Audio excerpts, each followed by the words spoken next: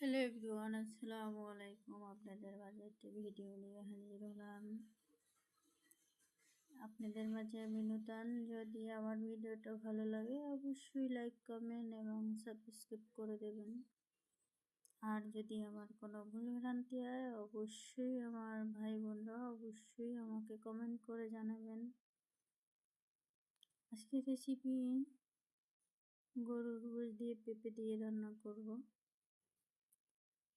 আমি কিন্তু সবসময় গরুর গোশতটা রান্না করলে মনে করেন হাতে মাখাই নিই, যাতে মনে করেন সময়টা বাঁচে। আর হাতে মাখিয়ে নিলে গরুর গোশতটা খেতে ভালো লাগে। সমস্ত মশলা দিয়ে আমি হাতে ভালো করে মাখিয়ে নিলাম।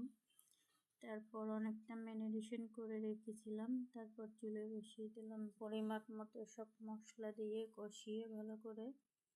তারপর চুলায় বসিয়ে দিলাম, যতটা পরিমাণ তৈল লাগে দিয়ে দিলাম।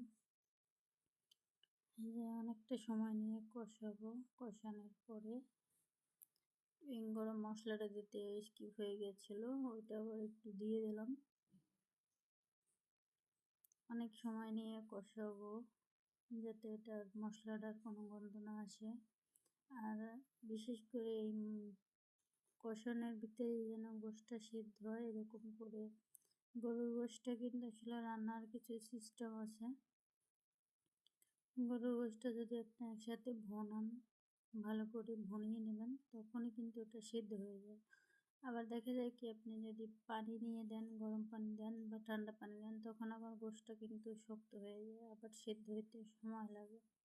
এই গরুর গোশতের কিন্তু এই একটা সমস্যা।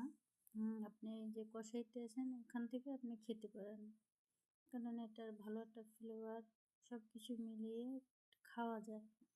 আবার পানি দিলেও তখন আবার দেখা যায় গোশতটা আবার শক্ত হয়ে যায় আস্তে আস্তে, তখন আবার খাওয়া যায় না সিদ্ধ না হওয়া পর্যন্ত। এই যে অনেক সময় নিয়ে কষালাম। তারপরে কিন্তু আমি আগে পেঁপে কাটা ধুয়ে রাখছিলাম, ওগুলো আবার দিয়ে দেবো, কারণ গরুর গোশতটা কষানো শেষ। এখন পেঁপেটা অনেক সময় নিয়ে কষাবো, কারণ পেঁপেটার একটা কাঁচা গন্ধ আসে, ওটা অনেকটা সময় নিয়ে কষালে খেতে ভালো লাগে। আর বিশেষ করে পেঁপে দিলে কিন্তু গরুর গোশতটা তেমন সেদ্ধ হয়ে যায়। যদি আপনি বেশি সময় নিয়ে গরুর গোশত সেদ্ধ না হয়, তাহলে যদি কাঁচা পেঁপেটা মনে করেন ভালো করে ধুয়ে যদি পেস্ট করে দিয়ে দেন, তাহলে গোশতটা তার তেমন সেদ্ধ হয়ে যায়। যদি ভিডিওটা ভালো লাগে অবশ্যই লাইক, কমেন্ট, শেয়ার, সাবস্ক্রাইব করবেন। আর সবাই ভালো থাকবেন, সুস্থ